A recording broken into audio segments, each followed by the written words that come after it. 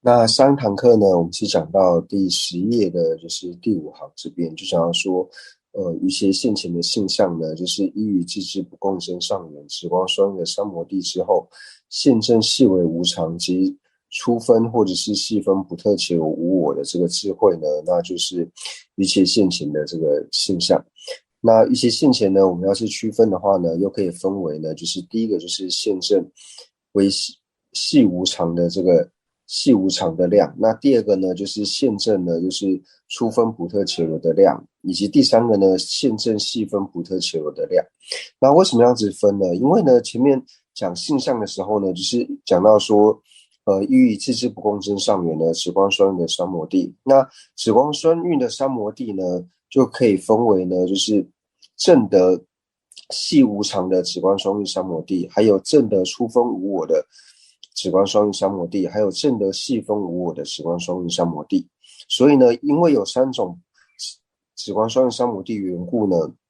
那而且我们知道说，止观双运三摩地最初在正德的时候呢，就是在加行道的时候，那在加行道正德的时候呢，它是以分别支，所以当这样子的分别支呢，它什么时候呢成为现前的体性的时候呢，它就成为了就是余邪现前，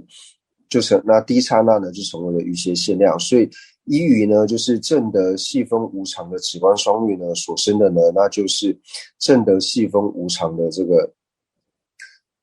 余邪现前。那如果说呢，它所依的止观双运三摩地呢，是依着初分的普特伽罗无我的话呢，那所升起的余邪现量呢，那就是正的就是初分普特伽罗无我的这个余邪现量。那同样呢，它依的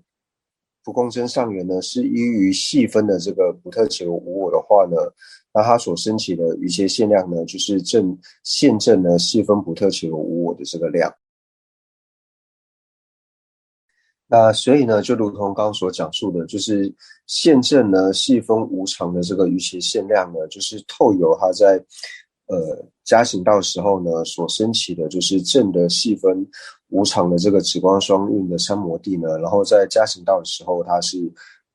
分别支。那什么时候呢成为现前的体性的时候呢？那就是正的呢系无常的这个余邪现量。那同样呢，第二个呢就是现正初分普特伽罗的这个余邪现量呢。那同样，他这边所讲的初分的普特伽罗无我呢，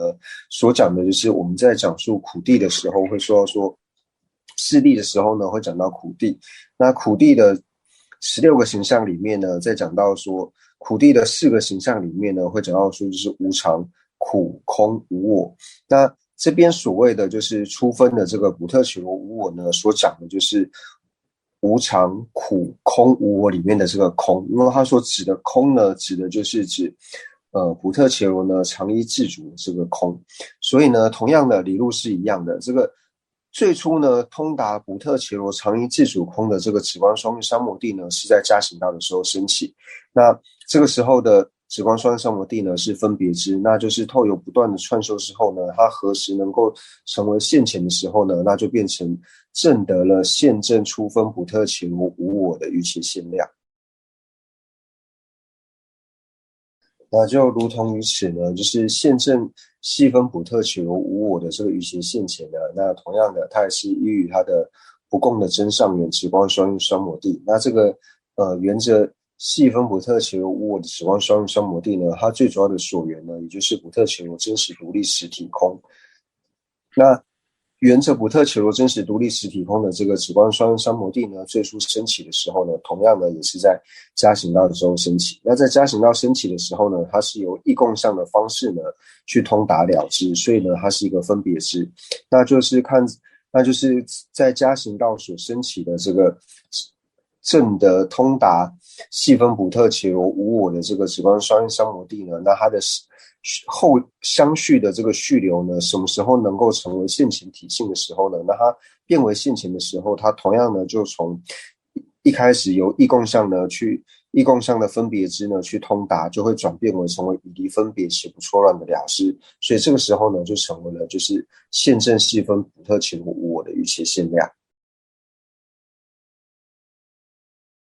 那所以呢，这里呢，就要说在余邪限量呢来做区分的时候呢，可以分为就是现证系无常的这个余弦限量，然后呢现正初分补特伽罗无我的余弦限量，还有现正的细分补特伽罗无我的这个余弦限量。那虽然说呢这边呢再分为三者，但是我们其实也可以探讨说，只要是余弦限量的话呢，就一定是这三者嘛。那比如说我们可以讲到说，就是圣者心绪当中呢，就是有能够现证，就像是四谛的这个量，余弦限量，或者说能够现证苦谛、极谛、灭谛跟道谛的这个余弦限量。那与现证就是灭谛的这个余弦限量来说的话呢，那它是能够，你说它是属于现证细分无常的余弦限量吗？或者说它是属于现证初分补特伽罗无我的余弦限量吗？或者说它是属于现证细分补特伽罗无我的余弦限量吗？那其实是蛮难去安立的，所以我们也可以去探讨说，只要是余弦限量的话呢，就一定是这三种余弦限量吗？那当然呢，这边的辩论呢，最主要是讲到说，就是现正灭地的这个余弦限量，现正灭地的这个余弦限量呢，它是否呢是正，它是否是现正系无常的余弦限量，或者说它是否是正的系初分无我的余弦限量，或者说它是否是现正的细分无我的这个余弦限量呢？那这个是可以探讨的，当然不是探讨补特伽罗本身，因为具备这样子先序的补特伽罗呢，它一定是圣者。那既然是圣者的时候呢，他自然而然他能够现证四谛，而且不只是现证四谛，他四谛的16个形象呢，他是全部都能够现证的。所以以这样的圣者来说呢，他一定是心绪大以这个圣者来说呢，他一定是现证了无常，他也现证了初分的补特伽罗无我，也现证了细分的补特伽罗。所以补特伽罗呢是没有争议的。最主要呢是讲到说现证灭地的这个余弦限量呢，它是否能够现证细分的这个无常呢？因为呢，它最主要的所量呢是灭地，所以呢，细无常不是它的所量。同样呢，初分的无我、细分的无我呢，也不是它的所量。所以探讨的呢是讲说了知这个余弦限量本身呢，正的灭地的余弦限量本身呢，是否是属于这三者的任意。那接下来呢，我们就看到第二个呢，就是讲到了比度。那比量呢，就讲到说，依于知之所依的正因呢，所生心不欺狂的单着之呢，是比量的这个性相。那为什么呢要安立这个比量呢？那最主要呢，就是我们在前面第10页的时候呢，就讲到说，如果量呢，我们去区分的话呢，可以分为就是限量以及比量。那限量的部分呢，就是已经讲解完毕。那包括呢，就是限量的性相，还有呢，限量它又可以分为就是根限量、异限量、自证限量，还有余弦限量呢这4者。那这也就讲到说，为什么呢？在讲述到量的时候呢，要把它分为就是限量以及比量呢？那我们了解到说，在讲到量的时候呢，它是一个能够通达境的了知，而且它在通达境的时候呢，它是最初通达，或者说已有智力通达。所以它在通达境的时候呢，它要么就是透由现前领纳的方式去通达，另外一种呢，就是透由正义的方式呢去通达。那由现前领纳方式去通达的话呢，那我们可以了知，就以我们的经验，我们可以知道呢，像是外在的这些色声香味触呢，它最主要呢就是透由我们的现前呢去直接领纳了知的。那我们就是透由我们的眼知呢，然后去看到色，然后透由我们的耳知呢去听到声，透由我们的鼻知呢去嗅到香，那透由我们的味知呢去尝到这个味。会有我们的身知呢去触碰到这种感受，那这种呢是可以透由现前呢去领纳的。那另外一种就是没有办法像色声香味触能够由我们的根知呢直接去现前领纳，而要透由正因呢去了解的。那透由正因去了解的呢，就是依于正因。那依于正因呢，依于正因所升起的这个量呢，那它最主要呢就是本身又是分别之体性的这个量呢，就把它称之为是比量。所以呢，依于正因呢而产生的这个量呢，就叫做比量。那依于正因而产生的量呢，就比如说我们会讲到说，一般在经典里面讲到说，就是比山有火，因有烟故的这个正因论事呢，透由这个正因，然后所升起的这个了知的量呢，就称之为是比量。或者说我们不要用这么复杂，我们比如说我们在一楼，然后看到呢对面大楼的，比如说20楼呢，你看到它从窗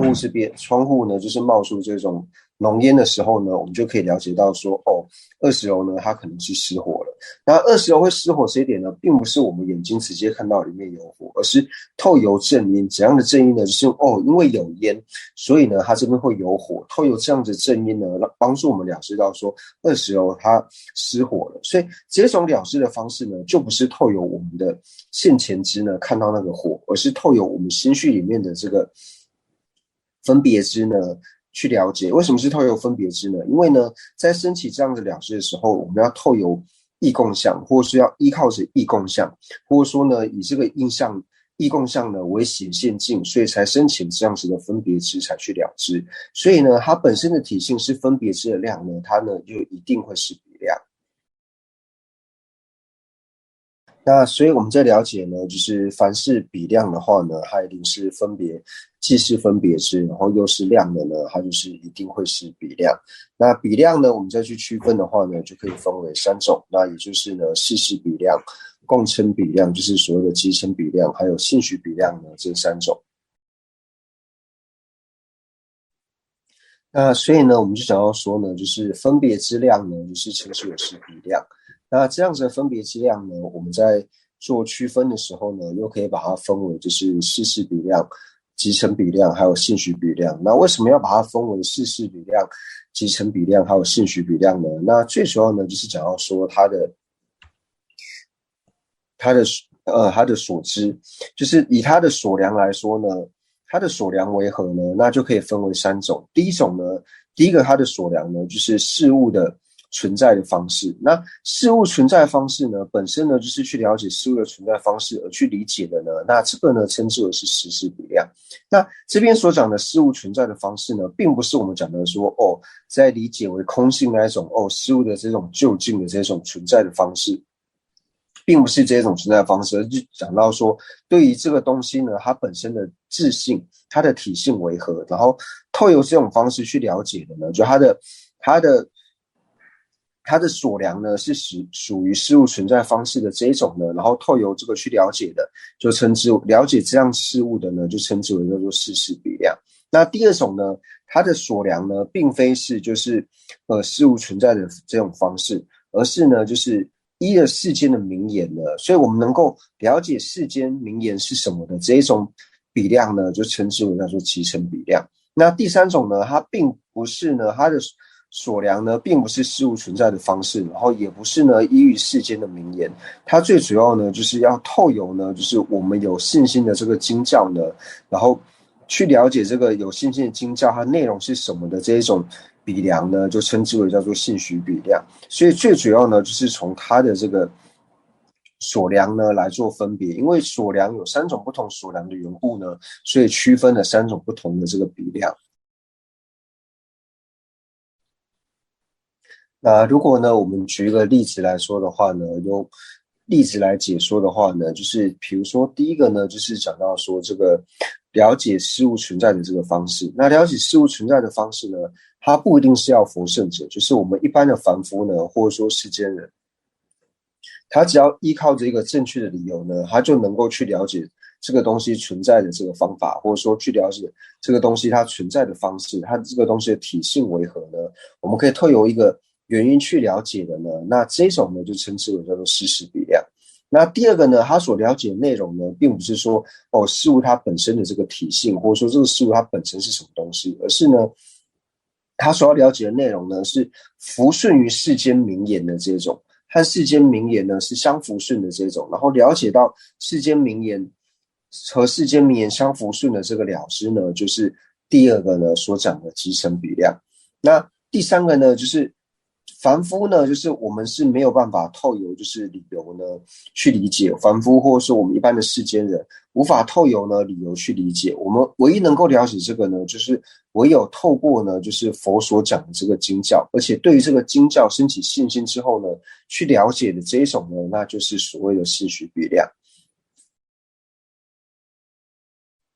那虽然说呢，这边呢可以把它分为就是事实比量、集成比量。那四势比量和集成比量之间的关系呢，就是只要是集成比量的话呢，它一定呢就会是四势比量；但是四势比量的话呢，它不一定呢会是集成比量。它只是呢就是透由它中间的一些就是特性呢去做区分之外呢，所以会把它分为四势比量以及集成比量。但实际上呢，只要是集成比量呢，它就一定会是四势比量。因为呢，凡是符顺于世间的名言的话呢，它本身呢就是事物存在的方式的一种。所以呢，只要是集成比量，它一定就会是四势比量。但是呢，是四势比量的话呢，不一定呢会是集成比量。那为什么呢？说只要是四势比量的话呢，不一定会是集成比量呢？因为我们刚刚讲到说，只要是就是为世间名言所供取的话呢，它一定就会是符顺于就是事物存在的方式，或事物呢它的体性，或者说事物它的质性等等。但是呢，比如说我们在了解一个东西的质性，或是了解一个东西的体性，了解一个事物它的体性、它的质性，或者说它存在的方式的时候呢，这个时候我们所了解的它的质性或是它的体性呢，不一定呢会是世间名言所供取的，所以呢才会说是事事比量呢，不一定呢会是集成比量。那我们这里呢，就是可以结合就是11页呢，他所举的这个例子呢，然后来做理解。就像第一个呢，就讲到说，其中呢以所作性这个因象呢，然后来了解，就是说呢，来通达身世无常的这个比量呢，就是第一个就是世事比量的这个事项。那这边呢，我们就讲到说，我们如果安立论事的话呢，就是说依于自知所依正因嘛。那它所依的正因是什么呢？就是我们所讲的身有法，事无常，所作性故。所以它这个呢，就是它的论事呢是身有法，事无常，所作性故，以是所作性故。那它所依的因是什么呢？就是所作性。透过所作性的这个原因呢，然后了解到了呢，身因呢是无常。那所以我们来了解这个论事的时候呢，我们可以了解到什么是声音是无常的原因是什么呢？声音是无常，声音是无常，就比方说声音呢，它是刹那刹那坏灭的原因是什么？因为是所作性故。那什么是所作性呢？所作性呢，它就是透由因缘而生的法呢，叫做所作性嘛。由因缘而生法，所以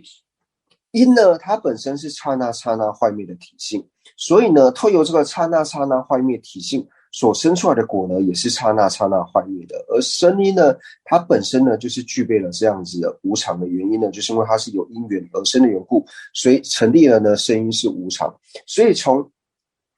声音有法是无常，以是所作性故的这个正因论事呢，我们了解到了呢，就是事物它存在的方式，或者说了解到声音它的体性呢，就是刹那刹那幻灭的这个体性，所以才会说依靠着所作性的这个因相呢，就是以所作性作为它的因，然后呢去了解身世无常的这个比量呢，它就是世事比度，就是世事比量。因为最主要呢，就是它的所量呢，就是这个比量的所量，或者说这个比量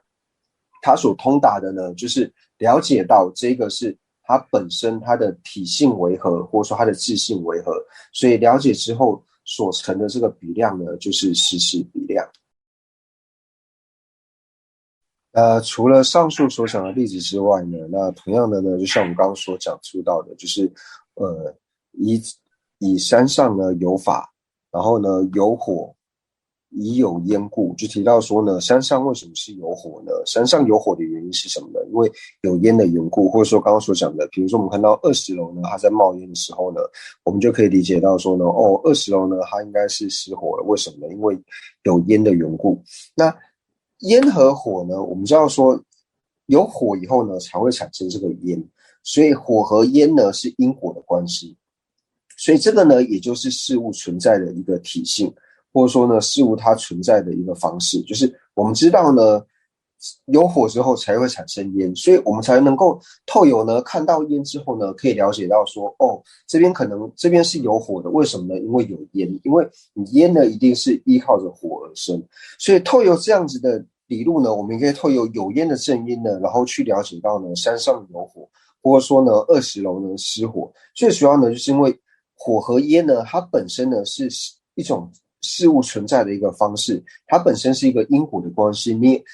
你有火之后呢，烟才会冒出来。所以透油这个理路呢，我们也可以了解到说，它是帮助我们了解事物存在的方式呢为理由去了解的，所以能够通达山上有火，透由这个有烟的这个音象呢，然后通达山上有火的这个比量呢，它同样呢也是属于事实比量，因为呢它也是了解了事物存在的这个方式。那刚刚呢，就是只有讲到，就是快速带过了比量的性象，并没有特别呢去做解释，所以这边呢就是再解释一下比量的性象。那比量的性象呢，就想要说依于自之所依的正音呢，就是正确的音象，就是依于自之所依正音呢所生心不欺狂的这个单准师呢，是比量的性象。那所以同样呢，我们也可以把它看成呢，就是三个部分。第一个呢，就讲到说比量它的音呢是什么？比量的音呢，就提到呢，依于自之所依的正音。所以比量的音呢，它能够产生比量的音呢，就是要依靠一个正音，正确的这个音象。然后心不欺狂，心不欺狂呢，显现出了呢，就是比量呢，它本身呢就是一种量，因为我们讲到说心不欺狂呢，就是量的体性。那单着之呢，指的就是说比量呢，它本身呢一定要是分别之，就是了知体性里面呢，它是了知里面的分别之。所以从心不欺狂的单着之呢，我们可以直接理解为呢，就是分别之体性的量。那同样呢，分别之体性的量呢，也就只有比量之外呢，不会有其他的。所以这一段呢，我们可以分成三段来看。第一个呢，就讲到说依于自之所依正音呢，那这一段所讲述的呢，就是比度呢，或者说比量呢，它的音为何。那第二个呢，讲到说心不欺狂，心不欺狂呢，就讲到说是量的体性。那单着之呢，就讲说比量呢，它本身呢要是单着之，那单着之呢就一定是分别之，所以提到它体性呢就一定是分别之。所以讲到说依于自之所依正音呢所生心不欺狂的单着之呢是比量的性象，所以从单着之呢我们就了解到说比度它的体性呢是分别之。所以是分别之的原因呢，我们可以了解到说，比度呢，它在通达境的时候呢，一定是掺杂着异共相的方式，或者说它一定要依靠着异共相呢，它才能够去通达境。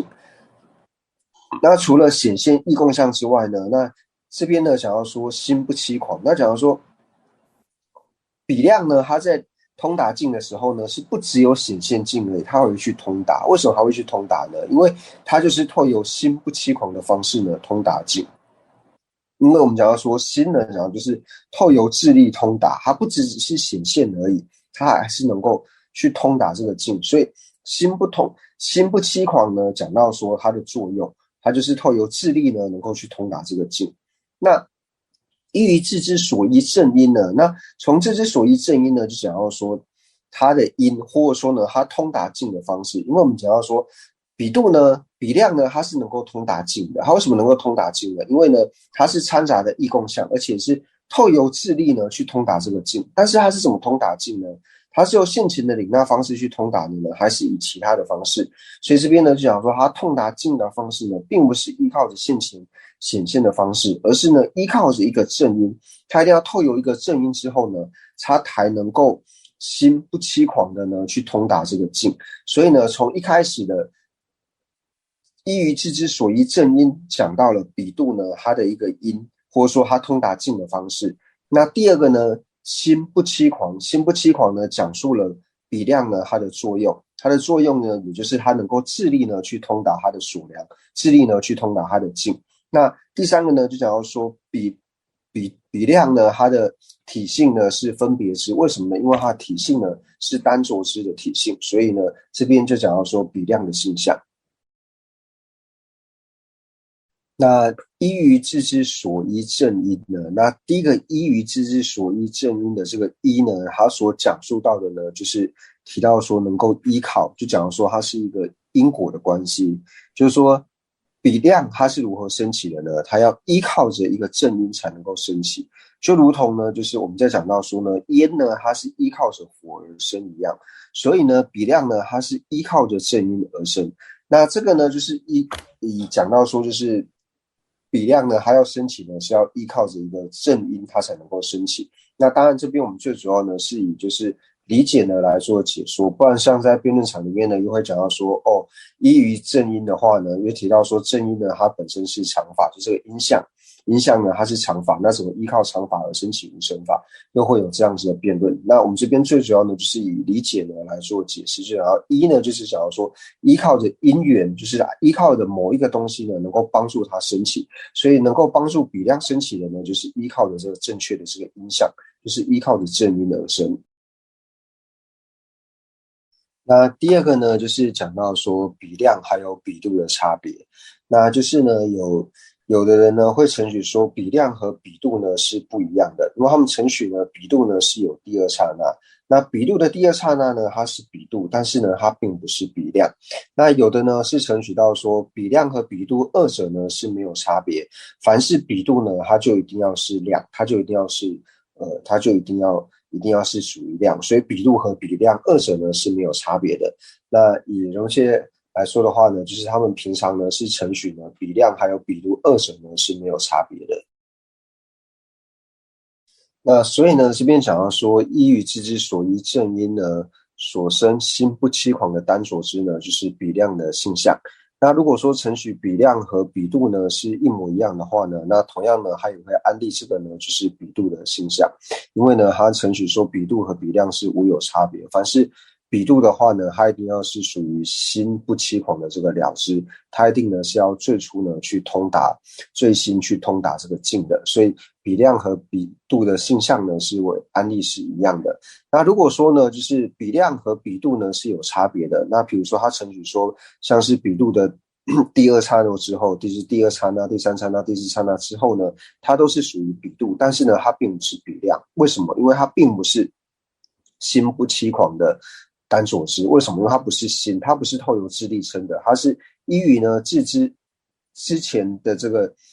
自知前量，所以通达而通达，所以呢，它并不是呢心的这个不欺狂的单所知。所以在这个时候，他们在安立比度和比量的性相的时候呢，就会有差别。所以呢，依于知之所依正因呢，所生心不欺狂的单着知呢，是比量的性相。但是呢，他如果说承许比量和比度是有差别的时候呢，他在安立比度的性相的时候呢，他就会把心呢给去掉，因为心去掉就表示说他并不是透有智力证的，所以他就会安立于依于知之所依正因之后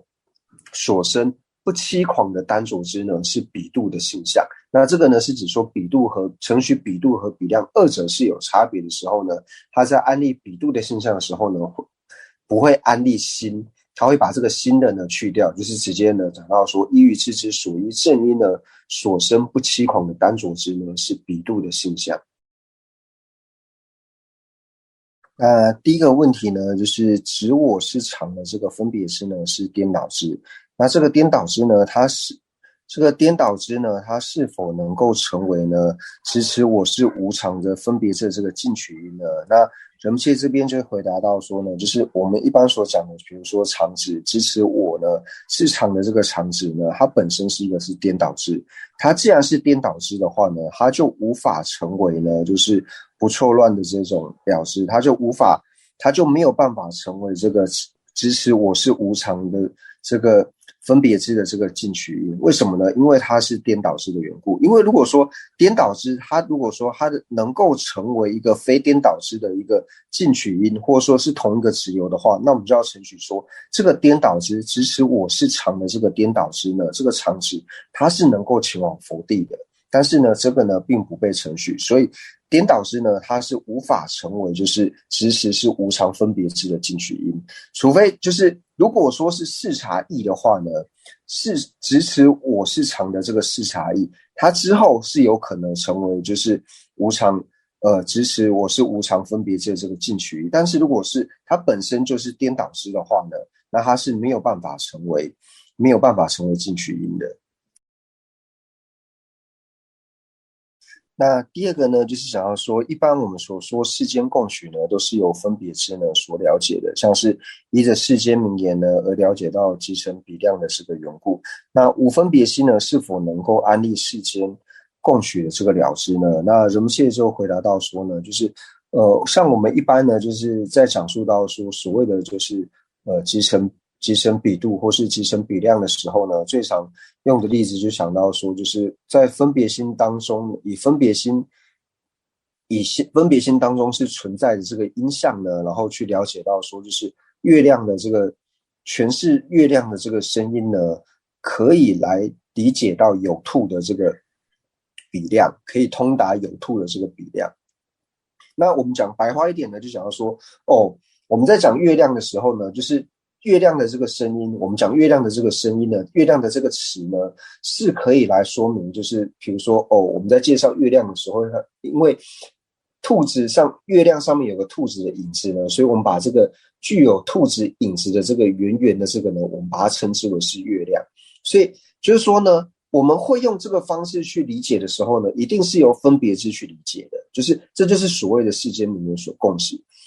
这个是没有办法透由我们的现前知呢去理解的。虽然说我们的现前知，像是我们的眼知来说的好，我们的眼知呢可以看到月亮，我们的眼知呢也可以看到这个有兔子的这个阴影，但是呢，我们的眼知呢，或者说我们的五则根知，或者说我们的无分别知呢，是没有办法去通达到，就是月亮这个声音呢是可以来说明有兔子的，是没有办法去说明这一点。或者说呢，我们讲到说小明呢，我们是可以透由我们的根知呢去通达去看到的，但是呢，小明堪称为小明，或是小明的名字呢，小明他的名字呢，他的所权是小明的这一点呢，是没有办法透由我们的无分别知呢去通达，无法透由根知去通达的。那第三个呢，所谓的名言是如何来解释？那同样的名言在不同的地方呢有不同的解释。那我们一般在讲的时候，就比如说提到说义还有名言。那义还有名言呢，那所谓的义呢，就指的像是性相。那名言呢，就是它的名呢，指的就像是它的名相一样，就像是性相和名相的这个关系。然后还有一种呢，就是我们把声音呢指为是名言。就把声音称为是名言，或说呢，就像我们这边所讲的，就是世间的这个名言。世间的名言所指的呢，就是世间所称的这个名字。就像我们世间人会把月亮的这个名字呢，或是这个名字，把它来指为就是有阴影的这个圆圆的这个东西嘛，有兔子的影子的这个圆圆的东西呢，我们把它的名字呢命名为月亮。所以这边的名言呢，指的就是名字。或者说呢，我们在口语的时候呢，假如说你知道什么是瓶子的名言吗？就是说瓶子的名字，或者说这个东西的名言你知道吗？这个东西的名就是说这个东西的名字是什么的意思。那就是想请问仁波切，三种比度呢是否相违？那仁波切呢就说，刚刚上课呢就是有讲到说，就是凡是呢集成比量的话呢，它一定是四四比量，但是四四比量的话呢，不一定会是集成比量。那对于说这三种呢，就是没有一个比量呢，它既是四四比量，又是集成比量，又是性许比量的呢，没有这三种都是的比量。